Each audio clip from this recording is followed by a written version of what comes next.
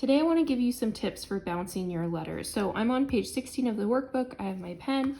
I also have the last page of the workbook, page 21 out with some tracing paper, and I'm just going to use those guidelines to help me as I'm showing you this. So as you can see here, there's a few examples that show a lettered phrase, just kind of the standard style, versus one that has bounce and exaggerated loops. So let's just talk about it. So if we're going to do this one that has bounce and exaggerated loops, what we're doing here, I'm just going to draw on this baseline real quick, is bouncing is essentially just having the letters end either above, on, or below this baseline.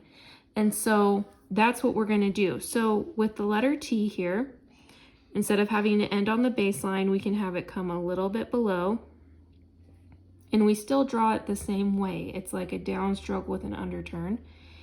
And then next we'd add an H to it. So maybe this H, we want it to be more normal because there is such a thing as having too much bounce. So I kind of like to alternate letters and kind of switch around to have some that bounce and some that don't.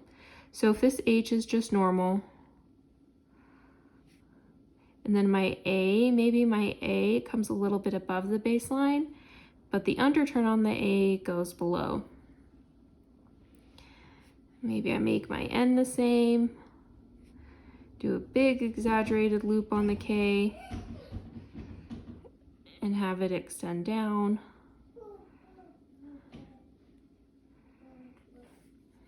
And so that's an example. So what you can see that's happening here, the T is going below, H is staying on the baseline, A's above and below, T is on the baseline, and the K is going below. So that's what you kind of want to do. You kind of want to alternate between letters to go above and below the baseline. So let's do another example. Let's write the word happy, and we'll just do the same thing. I'm just going to draw this baseline in so we can see it and kind of pay attention to what's going above and below. So for the H, we have a big exaggerated loop. The other thing I should say too is this is extending above the ascender line.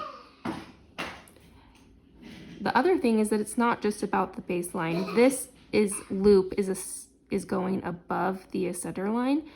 And so that's part of it. It's just all of the strokes are bouncing above and below the guidelines. So if we have an A, maybe I just do my P normal, and maybe the next P, I can make it a little smaller or not reach the baseline all the way.